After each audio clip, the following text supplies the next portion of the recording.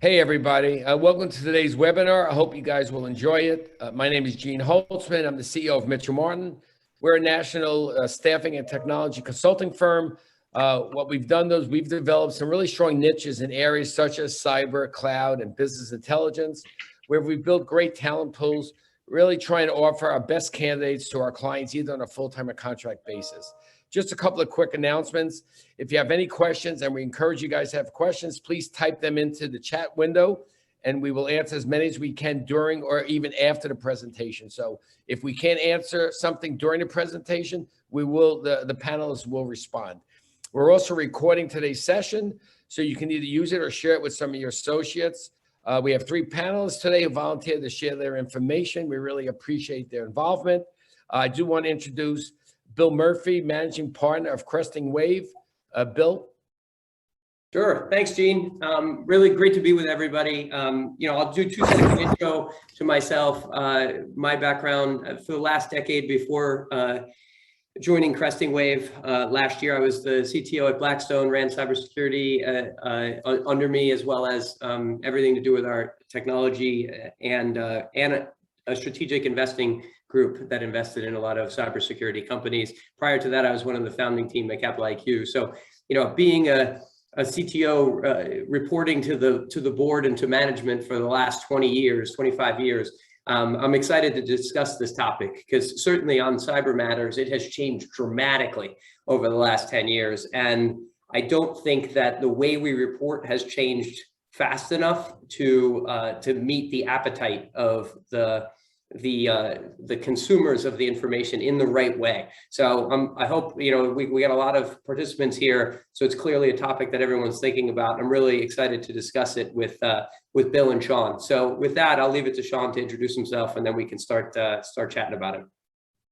Hi, thank you, Bill, and good day, everyone. Glad to be here. Sean Calfin, Chief Information Security Officer of Discover Financial. Prior to this, Barclays International CISO and Freddie Mac CISO. And it's been exciting to see the evolution of where security has started from in the back room of the technology shop, just fixing and turning wrenches somewhere in the technology shop, to the evolution of where we see it now as it's front and center. It's not just a pure turning wrenches, incident response, turning wrenches and vulnerability management, but now it's front and center on risk, and ensuring and engaging with the management committee, with the board of directors, and looking at how do you manage the risk of direct financial loss, reputational risk, regulatory risk, and legal risk. So finding that balance of where the CISO has been elevated to not only manage the technology and the engineering, it's now pivoted to how do we become a business partner and helping to enable risk management to achieve company objectives. So really excited to be here today and turning it over to Bill Thornton to introduce himself. Thanks, Sean. Appreciate it. I'm Bill Thornton. I'm at Discover as well, and I oversee information security from the second line of defense, for those of you that are familiar with the 3 lines of defense for the risk model. And I oversee information security, so Sean and I work close together. Data security, data risk, third-party information risk, and some other areas that aren't quite relevant to today. Prior to that, I was vice president at E-Trade for a number of years in cybersecurity. I was an adjunct with RAND Corporation and reviewed offensive cyber operations papers prior to submission to the customer, which was the United States Air Force. And then I spent a long period of time in the Air Force, which included developmental testing and developmental testing of computer network attack, as well as flight tests and some other areas. I think I'm happy to be here. I think everyone's laid the groundwork for why this is important. I think you're already motivated since you're here, and it's become important because not only to communicate positive in a positive manner, but a lot of people, a lot of CISOs are generally dismissed for loss of confidence. And that confidence comes from communication. And so when we think about how imperative it is to communicate to the board in a balanced manner, not a chicken little, the sky is falling, not in a technical manner, and not that the sky is blue and sunny every day, but communicating the real risk. And that's hopefully what we're going to get to today. And, one of the first things that we thought about talking about was to realize, look, when we say executive and senior leadership, we mean different things. Or there's different audience of that. First of all, there's the C-suite and the board. So I thought maybe we'd start off with the C-suite, your peers. How you communicate to them, the level of detail and sharing is very different. So I'd open it up to my fellow panelists to kind of comment on that. And Bill, you're on mute. Sure. My first thought on that is that it's clearly different. And I think that the types of stories you're telling to someone who is supposed to be overseeing everything you're doing in a detailed way versus the types of stories you need to tell and the summarization of information for people that you meet once a quarter or even less are completely different things. So there's a real, you have to resist the desire to just reuse the materials you put together. You're just like, I have my regular meeting with our CEO, so I'll just use those same materials and present to the board, because they're not going to be able to be in the details. Or if you do that and you're doing board level materials for your CEO, you're not giving your CEO enough detail such that they can really be in the boat with you to make the hard decisions about what risks are okay and what risks aren't. So I think that's a core tenet of like any reporting program, is to like think about your peers and your leadership, your CEO or CFO and others, legal counsel, so on, they need to be in the boat with you making decisions on a regular basis. If they're not, if anything goes wrong, the CISO is an easy fall guy, right? And things might go wrong completely out of your control. So it's sort of thorough communication and transparency with your management team at all levels along the journey to get better on cybersecurity inoculates you from a lot of the blame should something go wrong. I mean, Sean, would you agree with that? I saw you nodding a little bit. 100%, Bill. I would just add that, yeah, with your fellow operating executives, there is an additional layer of detail as we look at your key risk indicators, your key performance indicators, your key control indicators, and how are you trending, and where do we see any operational risk across the environment from a cyber perspective. If we take it up to the board, it might be a subset of that. Maybe it's a smaller set of your key risk indicators. But when we think about a board's responsibility, they really have three things that they need to do. It's succession planning. That's hire, fire the CEO. It's guiding long-term strategy, and it's risk management. So as you tailor your discussion from an operating executive and execution of delivering to enable business objectives, it's where am I from a risk perspective, and am I providing the right level of assurance that we have a managed and effective program to reduce risk to an acceptable level. Yeah, I think that's right in terms of communicating the risk and to be ready for a level of detail far greater. One distinction I'd make is, other than CIO and the CEO who have a vested interest in your security, it's been my experience, this might be a little provocative, that the CFO is concerned about your expenditure only. The GC the general counsel is concerned with whether or not you're in compliance. So there are aspects of your part where the board is always going to be concerned about overall risk, but you have to communicate. I was going to say, Bill, you're absolutely right. But you have to communicate with each of them differently. I'm sure where you were going with it, right? So keep going. Oh yeah. No, thank you for that, and for the affirmation as well, because it's just one level experience. That's why we have a panel to get all of that in there. They do understand risk, but they understand credit risk, liquidity risk, strategic risk. Different types of risks that are fairly well understood and quantified, and it's harder. And so it takes a level of understanding, and you have to speak to them in their language. And the other thing I'd say is be sympathetic and be ready to explain and defend, because this is where the sausage is made at the executive level, if you will, and then you go united to the board. But you're going to have to defend budgets. You're going to have to defend against budget cuts. You're going to have to advocate for your projects there, and then you have to go lockstep to the board. So you know, the personal relationships you develop, understanding where they're coming from, all that's very important. I think that an interesting similar situation is every time we were making a decision around an investment, right, we would get everybody together from a lot of different walks of the organization and we would discuss it, right? And we would really talk about the merits. And because there were financial metrics or other ways to explain it easily, everyone could contribute regardless of whether they had a specific knowledge of whatever investment it was. Everyone brought their collective experience to bear. Creating that same type of dialogue around cybersecurity decisions is your responsibility.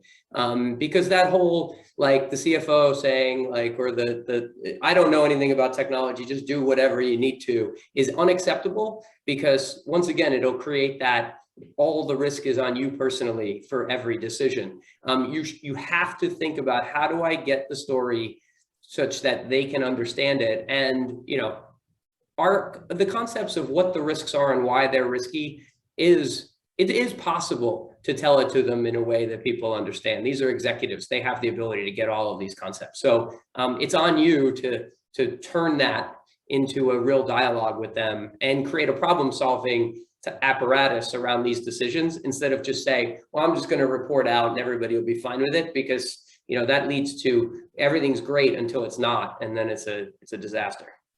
100%, Bill. And just to add to what Bill Thornton had shared, when we think about the other types of risks that an organization manages, credit, market, liquidity, they're easy to quantify. If I don't want to take $1 billion credit loss at a $500 million, I can raise credit scores, and I can change my model so I don't exceed my risk appetite.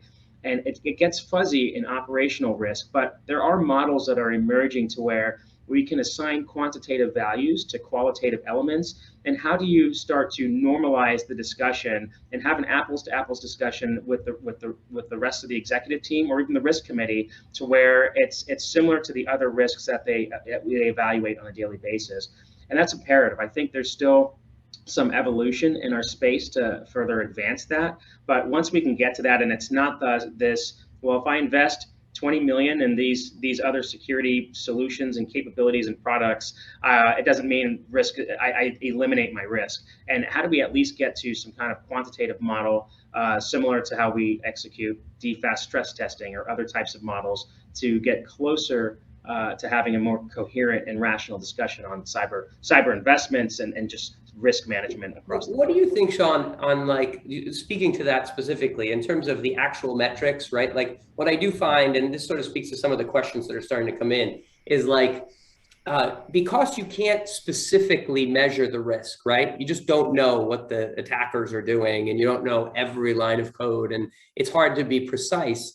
I think that leads technical people generally to like not want to make a prognostication because we can't be precise. And I would say that's the biggest problem that I have, because when the CISO gets asked, like, so what's the risk? And then they're like, well, I can't really tell you that because I really don't know. Like, you lose credibility with your business, with the other roles, because they want you to make a call, right? Like, just, we don't know all the inputs into the financial projections for next year either, but we're making an opinion based upon the best facts that we have. So I think you got to be willing to put yourself out there and then explain why. You know, we're 7 out of 10. Here's why. Here's how we could get to an 8 out of 10 or a 9 out of 10. Here are the 5 things I would do. Here's how much they would cost. And then let's talk about whether it's worth it to do that. But like, if you don't have a starting point because you're like, well, I can't really grade that because I'm not sure, it submarines the whole dialogue usually. Absolutely. I'd love to add one thing, and I'd love to hear, Bill Thornton, your thoughts. Given that, you know, we partner together on our risk program. But you hit on it, that's an excellent point. And there are a couple of lenses that most firms take. First, it's understanding what is our inherent risk based on what are our business channels, how do we communicate, our digital channels, and by looking at all of these efforts, just looking at how do we operate our business, then we can start to have a view of what our inherent risk looks like. And then now, what do we need to implement and invest to achieve or target an acceptable level of residual risk? And that ensures How do we have an active, whether it's vulnerability management, incident response, threat intelligence, resiliency, and all of these activities that anchor on industry best practice frameworks. So that's one lens to manage risk, inherent and residual risk. Then there is, of course, anchoring on the regulatory audit, the compliance piece, which is really just your foundation, ensuring that you're hitting all the check boxes and building off of that. And then lastly, it's understanding your most critical business processes. I would submit, using Starbucks as an example, that their inherent risk is that they could poison people with their coffee. And so now what investments do they need to have in place to look at, well, how do I do chemical engineering? How do I source beans for my products, and all of these other pieces, and what are the technologies that enable that, and what are the security capabilities and solutions and controls that help prevent any risk and ensure the confidentiality, integrity, and availability of those systems and applications which enable business outcomes. But Bill, I'd love to hear your thoughts on that. Yeah, thanks, Sean. So I think what's important is what you just heard Sean and Bill say. They talked about inherent risk, and they gave an example that everyone could understand. So just bringing it back to communication a little bit, that is so important. And yes, we are immature in terms of quantifying risk, but there are some models out there, such as FAIR, that allow us to start to get at that. And also, if you can't quantify it, you can qualitatively assess it. People generally understand low risk, moderate risk, and high risk, or critical risk. And so you can even get there. Don't be afraid to put an assessment on there, put some controls and some mitigation, and tell them, hey, here's where we are right now. And the thing to beat home, no matter what senior leadership you're talking to, your peers or the board, it's risk is never zero. So you could, is it within risk appetite, but understand and leave them with the understanding that things can change. There's the unknowns that we talked about. How do we quantify a zero-day exploit? So there's a little bit of education with your peers as well in that area. I think, keep going, Bill. Nope, I'm good. I was going to say, I also think that we often get, speaking, Sean, to your Starbucks example, really measuring the impacts of every risk to their individual business is a good place to start, right? And then that also enables you to focus on the simple things that can really make a meaningful impact to your program. And oftentimes we're you're diving right into the 20th thing down the priority list because you feel like you have the other 19 handled, but you're not grounding the board in okay, let's start from first principles. Email is a core entry point into every organization. Here's where we are on that. Here's where we are with patching. Here's where we are with multi-factor authentication, right? If you only worry about 3 things with security, you probably should worry about those 3 things. But I'd say most of the board decks for security don't talk about those things because everyone feels that they have them handled. So I think building up the knowledge of your board and of your management, by explaining the simple and then continually checking the box around that helps you kind of guide them through, okay, so it's the biggest risk where we also spend the most money and we feel like we have the best coverage. And then, walk them down the journey of okay, so now I've got this, the beans could get poisoned risk, which might be a little bit more edge. And you can have a better debate because you've framed up the entirety of the problem. I think it can get frustrating for the board to, when you have a $20 million budget and you're only talking about $250,000 on the margin, and 19.75 million is well, that's just cost of doing business. And doing a sort of a bottom-up walkthrough of the program enables them to have a better grounding. And whether you do that for the board or you just do that for management, sort of depends on the culture of your organization. But I would highly recommend at least once to start there and then grow their knowledge so you can have more sophisticated dialogues starting at deeper places in the future. We're getting a lot of stuff on the different metrics in the chat. So what do you guys use? What's you said FAIR approach, Bill? What are some of the key learnings from trying to roll out metrics at Discover or otherwise? Well, we are beginning the journey to quantify risk. We have some tools and software, and I'm not here to plug any particular one, happy to talk to anyone offline of various models, and we're constantly reevaluating that. So, and that's only part of the answer, right? You have to use your CISO judgment and your environment and override, if the answers aren't quite making sense. So don't be completely tied to that is what I would say. But we communicate risk through a couple different ways, through, inherent residual risk, risk assessments, risk control, self-assessments, and KRIs. And what's going up to the executive leaders are usually KRIs. And, I'd turn it over to Sean to talk about his KRI program and things like that we use. Yep. So a couple of lenses that we implement to have a view of risk and across our landscape.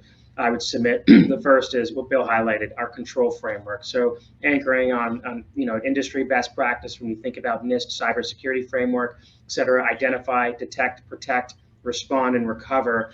How do we ensure we have capabilities across those control suites, but also mapping them to our lines of business and the efforts that we have underway, the products that we have across our value streams.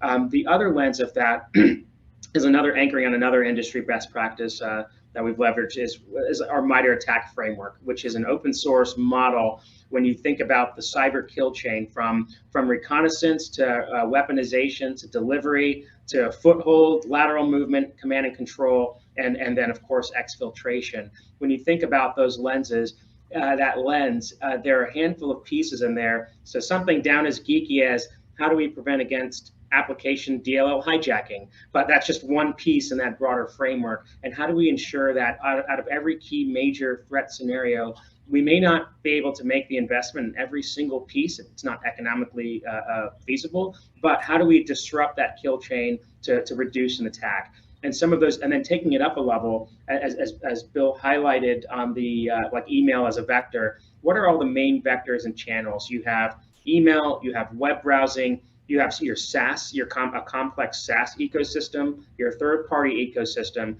So once you identify your critical assets, how are those critical assets being accessed? Then there's availability, as we've seen emerging, threats, well, not emerging anymore with ransomware. How do we ensure that you have resiliency throughout your applications and throughout your core business processes?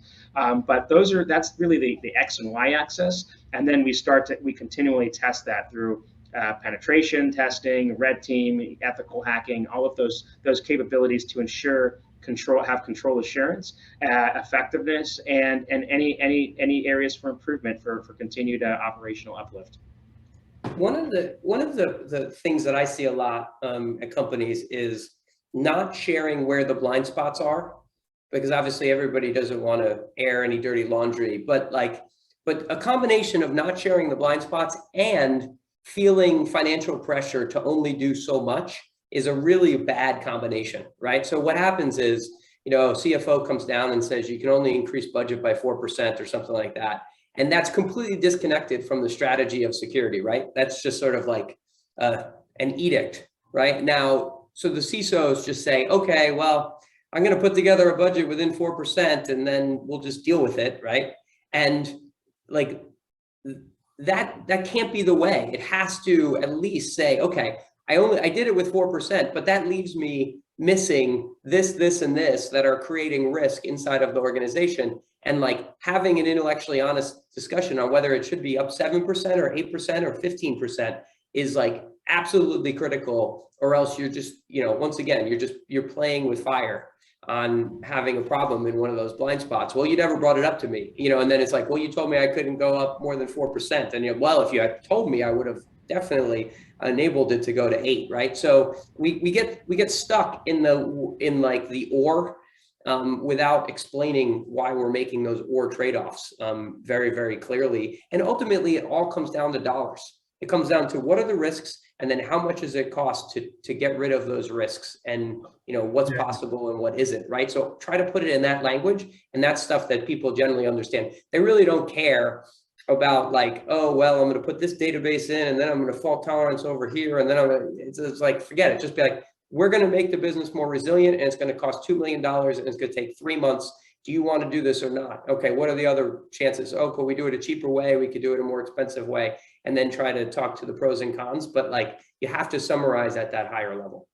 Bill, I think you're spot on. And you know what I used to do, and when I was doing the budget part for the first line, was I would list the risks, what the mitigation were, and I put them in order of severity.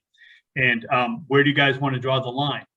And they're not comfortable drawing the line. It should be an uncomfortable conversation. So again, going back to the communication, if we're communicating effectively and laying out those risks, like you said, Bill, you know, this is a resiliency issue. This is a defense issue. This is a recovery issue.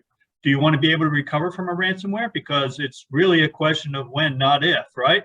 We need to do X, Y, Z. So when you have those discussions, you get good, frank, risk management that comes out of it. So it may not be 15% that you get, but you may get 10% increase, and you may draw the line and say next year we keep doing this, right? It's a journey, you keep going on it.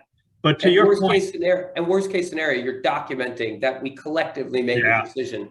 Yeah, unsaid, but needs to be said in this group. You do have to document. You do have to show what you presented.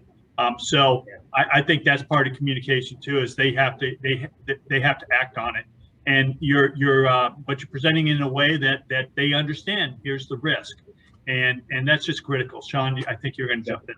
I mean, just really echoing everything that you've all said. Absolutely. And as we go through your budget build, where's the chalk line? And then having that discussion. And if it's a decision that we are going to accept this risk, we need to ensure that we're qualifying it. And then there's certain cases and certain scenarios where there are risks that are not acceptable, and you need to draw the line and make that clear that, hey, we need to do X, Y, and Z, or we are going to have X, Y, Z impact to the firm in the near term, and we need to make those investments. And I think that's another skill. On the communication end, and how do you tailor it for your audience? It's going to be one discussion with a CIO, as it is with a different discussion with the CFO, CLO, and other key stakeholders of the management committee. But where do you stand firm? What might be negotiable if there are compensating controls and efforts you can put in place to reduce that risk exposure? And to what Bill mentioned, like, you need to ensure you capture that residual risk. And we've made this decision based on X, Y, Z factors, whether it's financial, whether we feel we have compensating controls, we have less exposure, and we qualify that to ensure that we don't lose track or sight of that residual risk posture.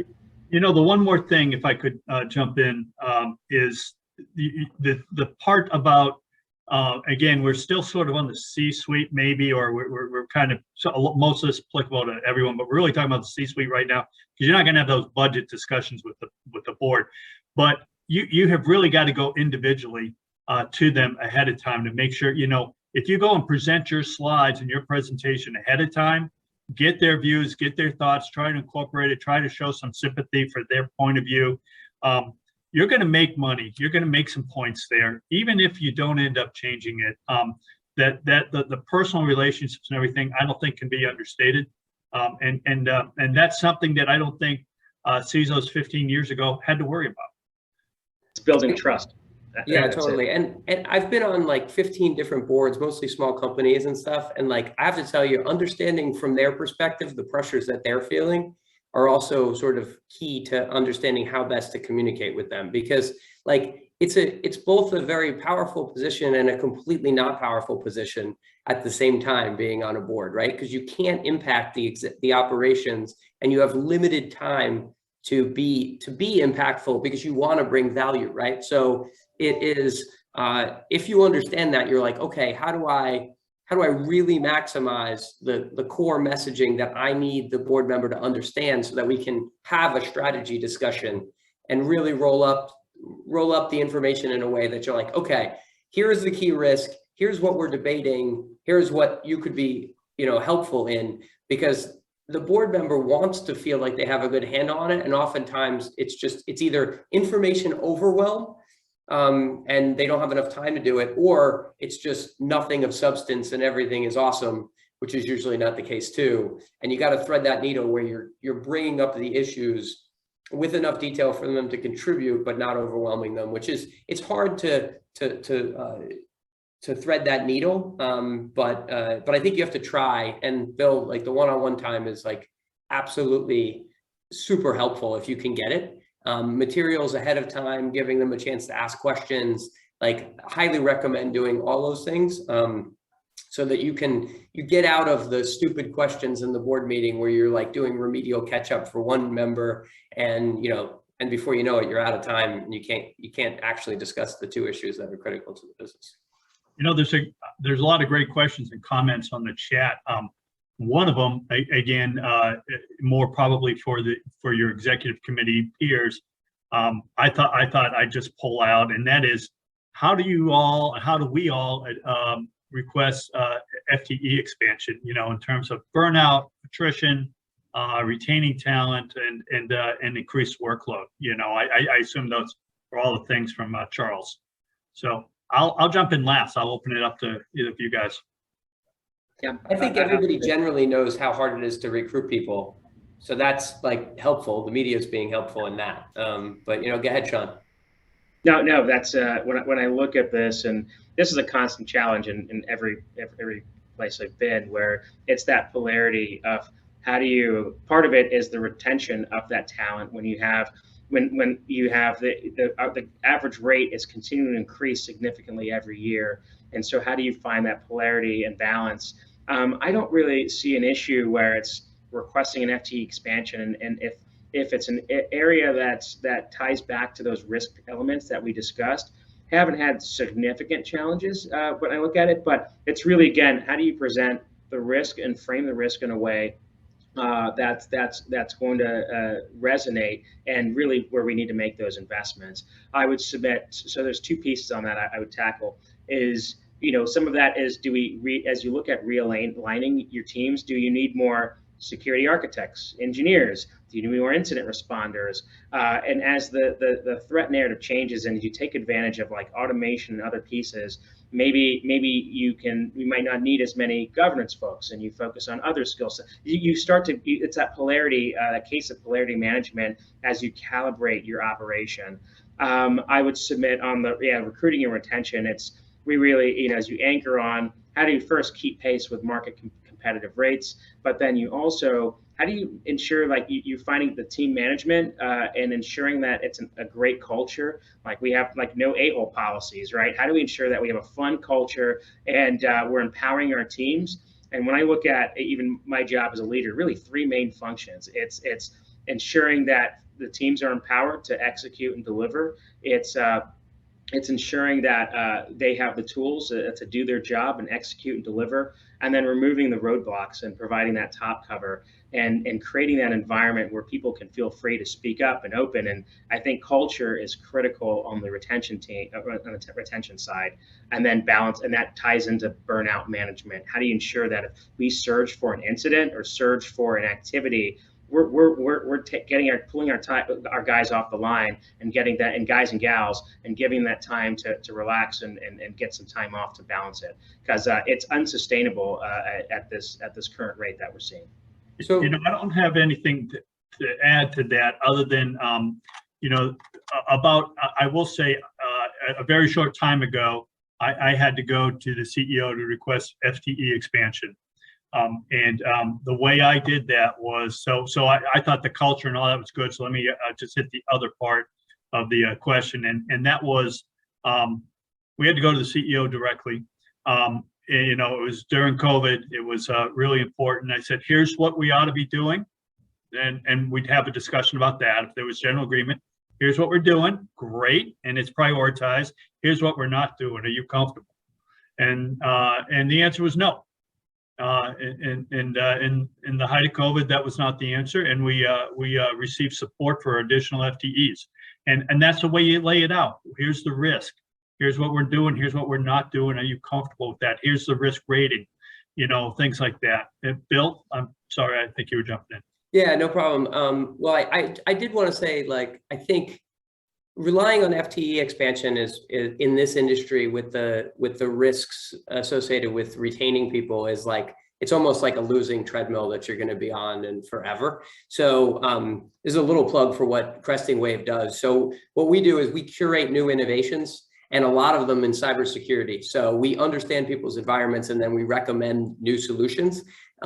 because the world of new solutions is just moving so quickly that people can't, like, everyone's just trying to keep up with the day-to-day. So they sort of ignore the new solutions, but the new solutions are the only way to get scale inside of your organization. So you don't have to hire more people. So I would say, like, you have to, obviously it's self-serving to some degree, but you have to be willing to look at, like, upending your tool set, because the new tools are radically better than the tools from 2 years ago and 4 years ago and 6 years ago.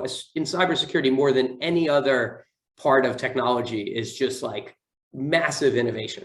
So, like, I think when you go ask for more resources, I think, you know, painting a picture of, listen, we're going to be holistic. We're going to look at what if we do it internally? What if we do it with consultants or other types of flex labor? And then, you know, can we look at new tools in order to kind of backfill some of that capacity, and then, you know, move people around and so on, because that actually prevents burnout on your team too. Everybody likes to be working with new tools and doing less of the brain dead work and more of the interesting and strategy work. So I would just say, make sure that, you know, innovation and staying on the tip of the spear with that is a significant chunk of your program.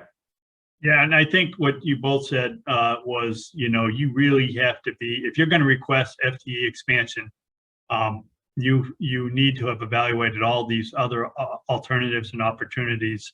And so that was great to bring up, because that goes in how you communicate to the board. And you know, I was just looking at our time, and it's flying by. And you know, I wondered if you know, Bill, you're on lots of boards as well. You know, what have you seen? And I'm pulling some of these questions out here, but just kind of pivoting to the board. Where have CISOs failed when they come to a board in their presentation?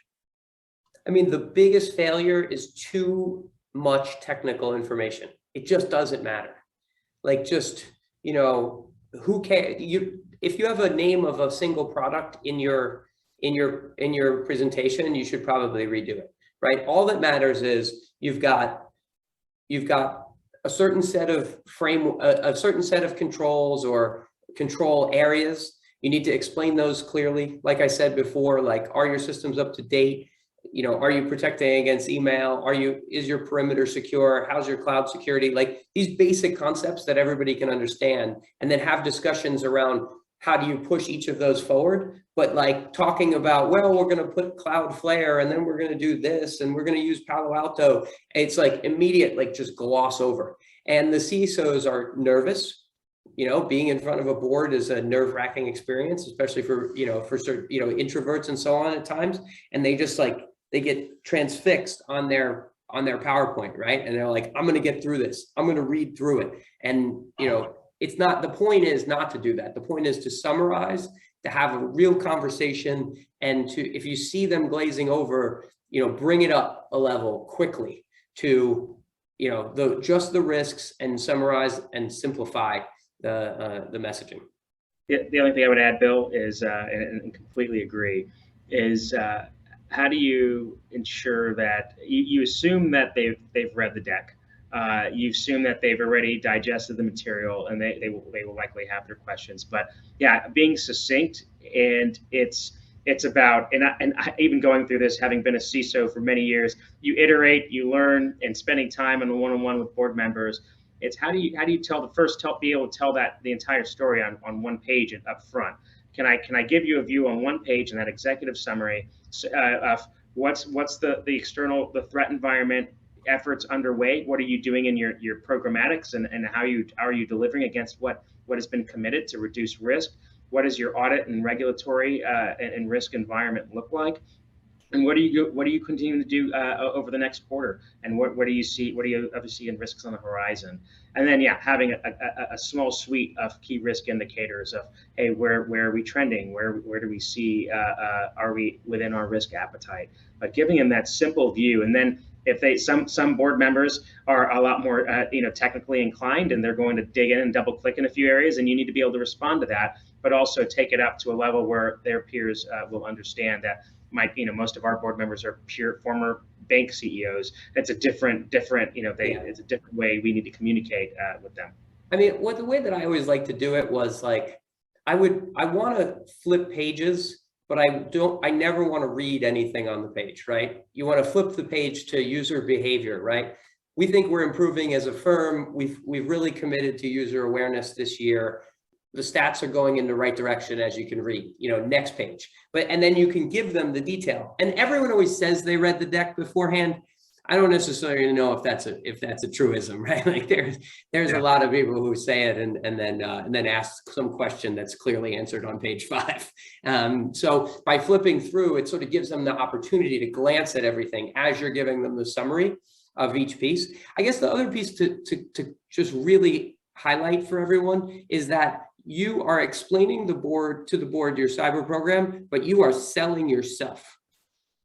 Like, always remember that they are evaluating you.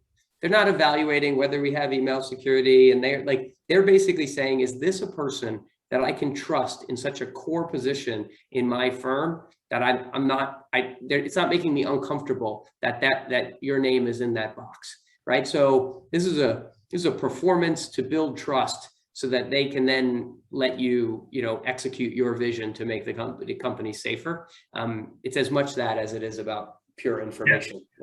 Yeah. I think that's so important. That's what one of my opening comment was about, the loss of confidence. And someone put in the chat, hey, you should be confident. You're a SME, absolutely. But that takes development because it's a different language. So I have a bunch of notes here. I think you guys hit a lot of them about, what your content should be. It's your strategy. It's it's reporting tabletops. It's KRI. It's a threat environment. But it's also, how do we, what the board also wants to know, and I spoke to a few board members before, this as well. They want to know how we're doing against everybody else, in your peers, in spend, in maturity. What's your target maturity? They can understand and wrap their heads around that. But you have to communicate in the language the board understands. You have to communicate risk. You have to, part of your job is to educate them because many are not cyber savvy. Then you could talk about your initiatives and everything. And the other point I want to hammer home that Bill made is, don't just read your presentation. And if you got to be adaptive, you've got to read the room, look for the eyes glazing over. And if they're running behind, which shockingly they always are, and you are always the last thing, right? Yeah. Oh yeah. Hey, it's weird to have two panelists from the same company. Sean and I tag team on this. We're always running out of time. And, it's like, can you hit just the wave tops? They don't mean say yes and still read your presentation. And they don't mean read it faster. They want you to hit the wave tops. You've got to be flexible. That's preparation. You can get there, but you have to prepare. You have to be ready to flex to different things. You should be ready to dive into any level of detail almost that a board member wants, but be able to back right out for the very next topic. And so that the preparation for these things is probably it's almost an hour for each minute that you have to talk. If you think about it. Okay. So Bill, can I just ask the one question that I got every time, and I think happens to everybody and leaves everyone flat-footed, right? So we talked about it a little in the prep, is like, so at the end of your thing, they say, thank you.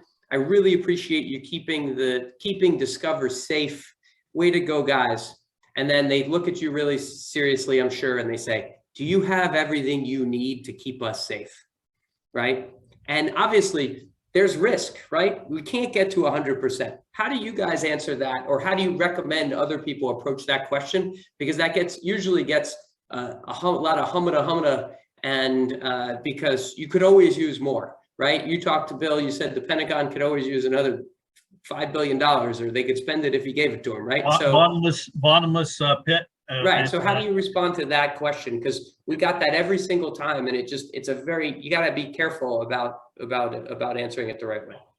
I have a thought, but I want to let Sean in because he has to answer this too.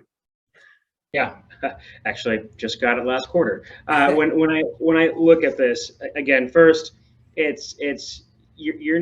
shouldn't be engaging your board on anything that hasn't been qualified or you brought to your management and brought to your management committee. I think that's just I think that's an unwritten protocol. Like you don't leapfrog. You find that balance and you share those risks. But it's always a balance. When I look at our environment and operational risk, it's a case of polarity management, right? There's investments, there's capability in that risk management piece, and it's always, when I look at it, it's pretty clear. You never have everything you need, but do you have what you need to get the company to an acceptable state?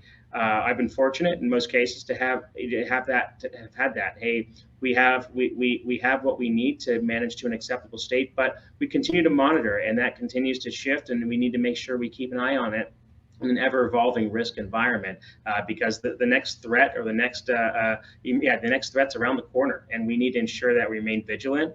And if that starts to change and shift, we'll be sure we communicate with management. We'll engage and ensure that we continue to calibrate our resource versus return on investment and risk management posture. Yeah, I have some notes on how to behave and talk in an executive session, and some boards do that with their CISOs, some don't. But whether you get that question privately or more publicly in a board meeting, I don't believe you should ever say anything that's in conflict with what you've told your CEO or where you guys are, and unless it's really bad. So let's not say that. There's always more you want to do. So you want to kind of, the technical person wants to say, no, I wanted to do 5 more projects. The answer is, where are you on your risk appetite? You are within risk appetite. We've done an assessment. We have some projects we're funded this year to continue to mitigate risk. We have a plan longer term. I'm always looking for opportunities to pull it forward. We continue to look and shuffle our priorities around and make sure we're addressing it's an answer. It's a non-answer, but it's an answer saying, yeah, I'd love more money, but I understand that, and we are where we are, and I am keeping you safe. And it's a political question. It's a political Totally. I'm going to say, I'll vote for you in the next election, Bill, with the political answer. The only thing I would add is I think it underscores how important it is to be able to show them something that describes the level of investment and where it got you on the risk spectrum, right? We chose collectively as a management team, we decided to spend X million dollars this year to get to here on the risk spectrum. So if so I believe that I have the resources to get to, the goal for this year is to move up the risk spectrum to a new place. We could always do more. There are certain industries that do more, certain industries do less. We collectively decided to get to there. So, and then that's sort of it's a non-answer, but it gives them the tools. Listen, if they don't believe that that's the right place on the risk spectrum, that's when the board member can come back and say, well, actually, shouldn't we be closer to 9 out of 10? Shouldn't we be where, a bulge bracket bank is? Like, we should be, right? And then, it's a way to not contradict your CEO, but allow them to have the conversation in a way where you just don't say, yeah, I'm good. Because if you say you're good and then something happens, you're the first one to get red wedding style head. Yeah, I think we just got to the crux of this, is how to communicate effectively. You just laid it out, how to effectively communicate with the board in language they understand and in a non-threatening way to your peers. And that's so critical to walk that balance. And again, keep it focused on risk. You're going to get a bunch of other questions. What keeps you up at night? Well, as long as you lay that out, you better have addressed that in your plan. What's your focus? All those questions you're going to get. Make sure you have an answer to your point. Show them where you are in the spend spectrum and where the plan takes you, the roadmap, all of that. There was one question about security awareness in here. So just to make sure we cover that quickly, like how do you create a culture of security awareness? I think that it has to be prioritized from the top down.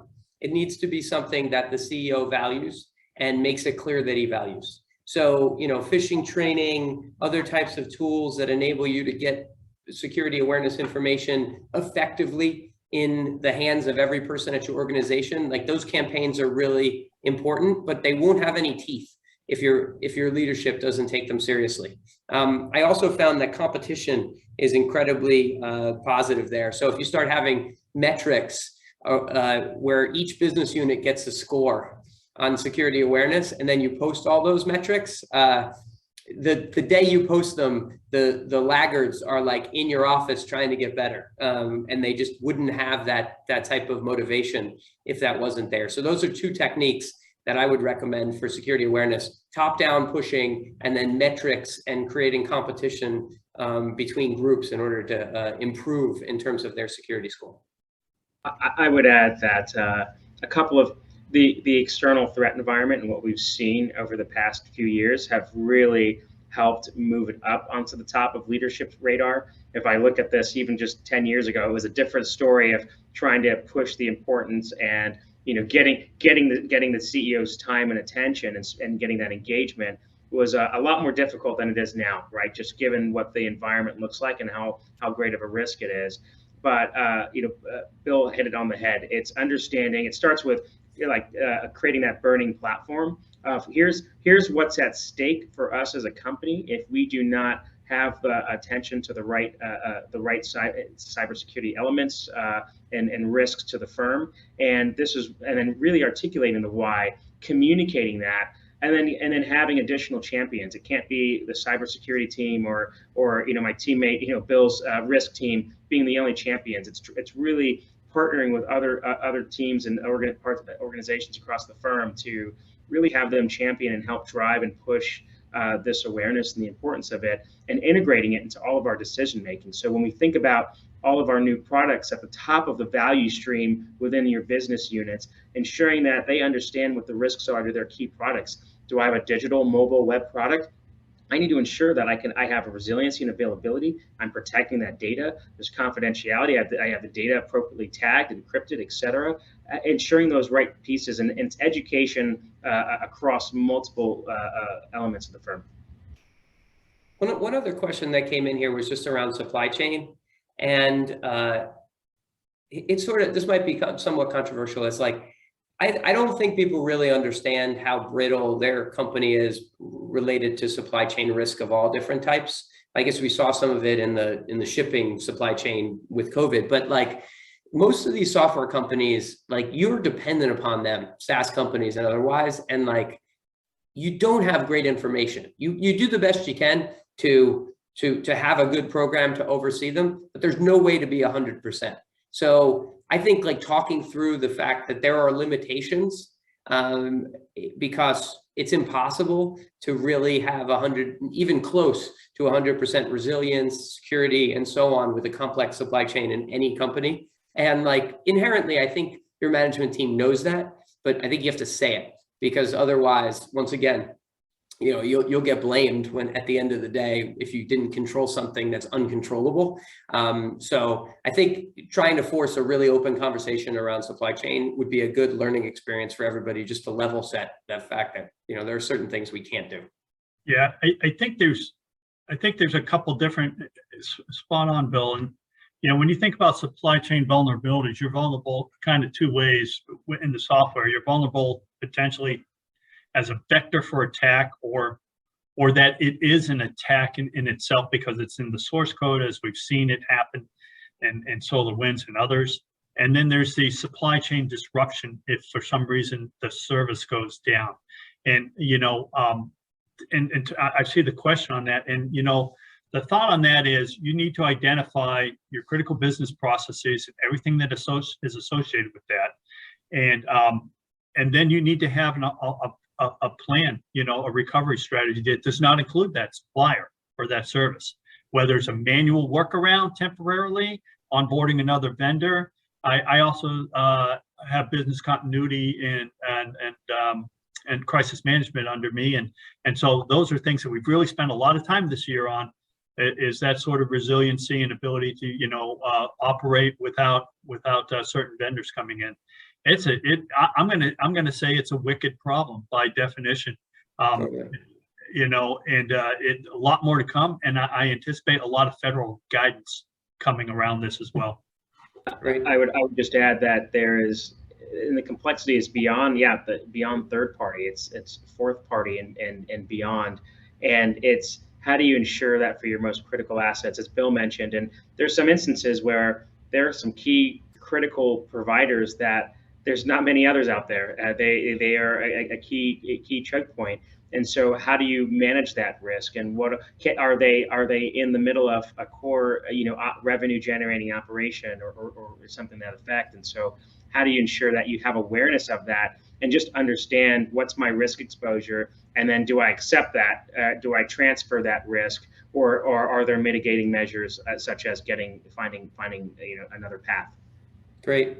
Well, guys, thank you for the discussion, everybody. If anyone wants to follow up, we'll go through the comments and make sure we try to answer some of them. My email is bill@crestingwave.com. We're happy to engage with anybody who's a participant today and would like to talk more about any of these things specifically. And thank you, Bill and Sean, for contributing to the discussion. I thought it was really, hopefully very useful and very informative for me. So thanks a bunch and great to see everybody. Thank you. Take care. Thank you.